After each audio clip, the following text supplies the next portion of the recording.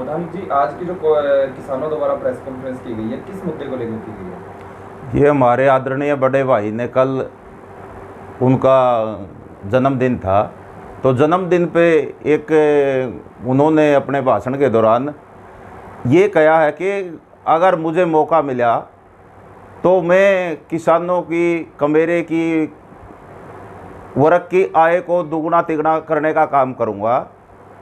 मैं पूछना चाहता हूँ वीरेंद्र सिंह से, भाई आप तो 50 साल से राजनीति में है और 50 साल के दौरान आपने बड़े बड़े पदों पर बैठने का सौभाग्य प्राप्त हुआ है, कुर्सी प्राप्त हुई है, जबकि आप पिछली बार केंद्र में पंचायत मंत्री थे, इस्पात मंत्री थे, बहुत बड़ा पद आपके पास था।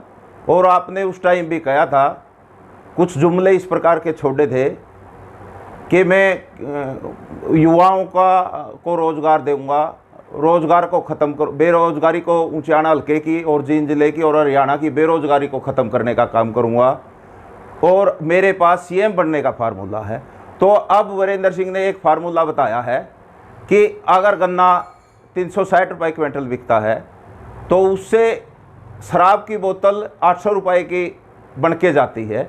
तो इसी प्रकार उसने प्रधानमंत्री का भी नाम लिया कि प्रधानमंत्री की भी सोच है कि इस प्रकार की कुछ नीति बनाइए।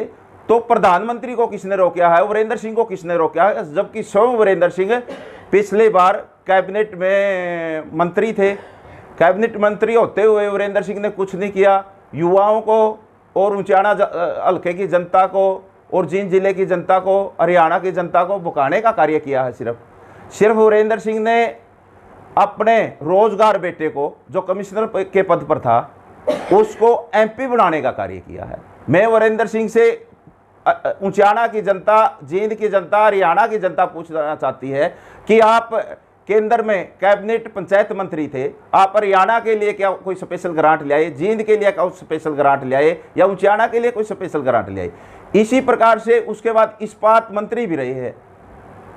तो इस्पात मंत्रालय बहुत बड़ा मंत्रालय है। क्या वीरेंद्र सिंह ने ऊंचाना में या जींद में या हरियाणा में कोई इस्पात की फैक्ट्री या दूसरी कोई फैक्ट्री या कोई बड़ा कारखाना लगाने का कार्य किया?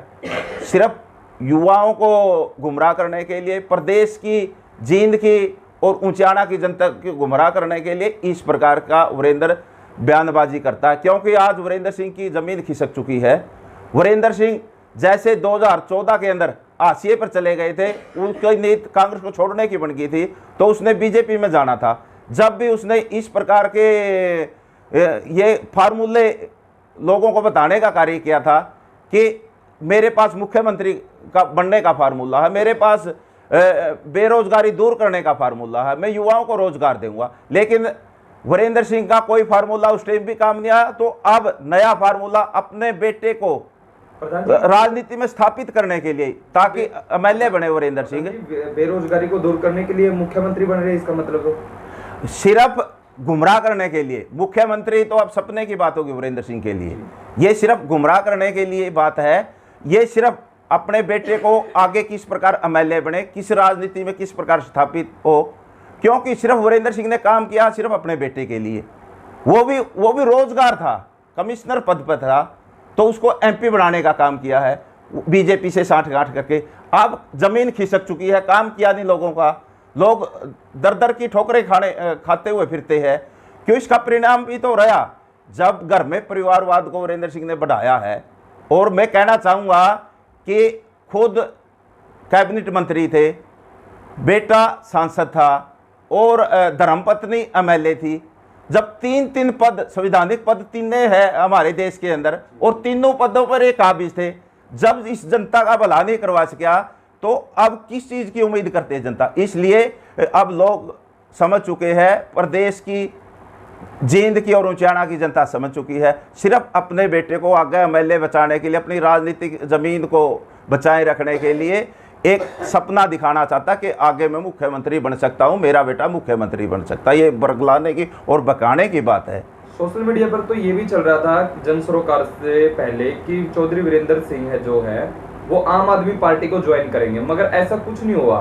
मगर मंच के ऊपर आम आदमी पार्टी से जो आए थे नेतागण, उन्होंने भी खुले दिल से उनका स्वागत किया है। बिल्कुल, ये बात सुशील गुप्ता ने कहा भाई आपका स्वागत है, लेकिन वो बिना वीरेंद्र सिंह की बात करे मंच से पहले ही चले गए। तो दूसरे नेताओं ने वीरेंद्र सिंह पे कटास भी कराया है। अभय चौटाला ने कटास कराया, भाई गुप्ता जी सुनकर तो चले जाओ, ये वीरेंद्र सिंह क्या कहेगा। लेकिन वीरेंद्र सिंह ने उसका जवाब दिया है, भाई मैं स्वागत का भूखा नहीं, मैं तो कुछ और चाहता हूं। और का मतलब कि मुख्यमंत्री बनना चाहता हूं, और आम आदमी पार्टी किसी भी सूरत में वीरेंद्र सिंह को मुख्यमंत्री का चेहरा नहीं घोषित करेगी। ये क्लियर भी कर दिया सुशील गुप्ता ने।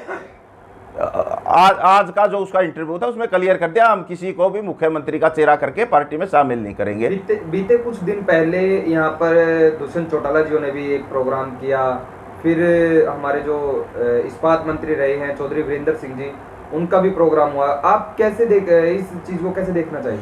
ये इन दोनों परिवारों की, एक अपने आप को देवीलाल का वारिस कहता है और दूसरा सर छोटू राम का वारिस। तो इन दोनों परिवारों की जमीन खिसक चुकी है। अपनी जमीन को बचाने के लिए एक ने तो, जो किसानों का सबसे बड़ा गद्दार है, उसने तो मैराथन रेस दौड़ लगवाने का काम किया, हमारे युवाओं को सड़क पर दौड़ाने का काम किया। हमारी मांग थी कि रोजगार का प्रबंध करे, और जो खेल कोटा सरकार ने खत्म कर दिया है ABC क्लास का नौकरियों में, उसको बहाल करने का काम करे। लेकिन जब रोजगार ही नहीं रहे होगा तो मैराथन का क्या मायना है। दूसरी तरफ वीरेंद्र सिंह है जिसकी जमीन खिसक चुकी है, जिसकी पत्नी लोगों के काम ना करने की वजह से लोगों ने दिखा दिया है कि 47,000 वोटों से उसने हार का मुंह देखना पड़ा है। और वीरेंद्र सिंह लोगों को अब भी एक टोंट कसता है कि जब मौका आता है जब हरा देते हो।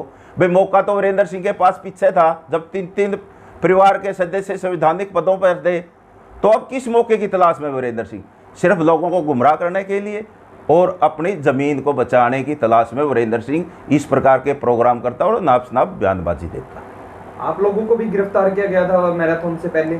बिल्कुल, हमें 7 बजे गिरफ्तार कर लिया था। हमारा मकसद था कि सद्भावना यात्रा ऊंचाना से लेकर जो हमारे आंदोलन सतली रही है खटखट टोल, किसानों ने जहां पर 13 महीने रह के ने अपनी इस किसान मजदूर की लड़ाई को जीता, अपनी फसल नस्ल को बचाने का काम किया है, उसको हम पवित्र स्थान मानते हैं। वहां से दूसरे चौटाले ने हरी झंडी देकर मैराथन दौड़ को रवाना किया था। तो हम हमारी पवित्र जगह को अपवित्र कर दिया दुष्यंत ने। हमने उसको पवित्र करने के लिए गंगा जल का वहाँ छिड़काव किया है और वहाँ पर हवन यज्ञ करके हमारे जो शहीदी दिवस को मनाने का काम किया है। हमारे शहीद राजगुरु सुखदेव भगत सिंह को हमने सच्ची श्रद्धांजलि दी है और श्रद्धा के सुमन अर्पित किए हैं।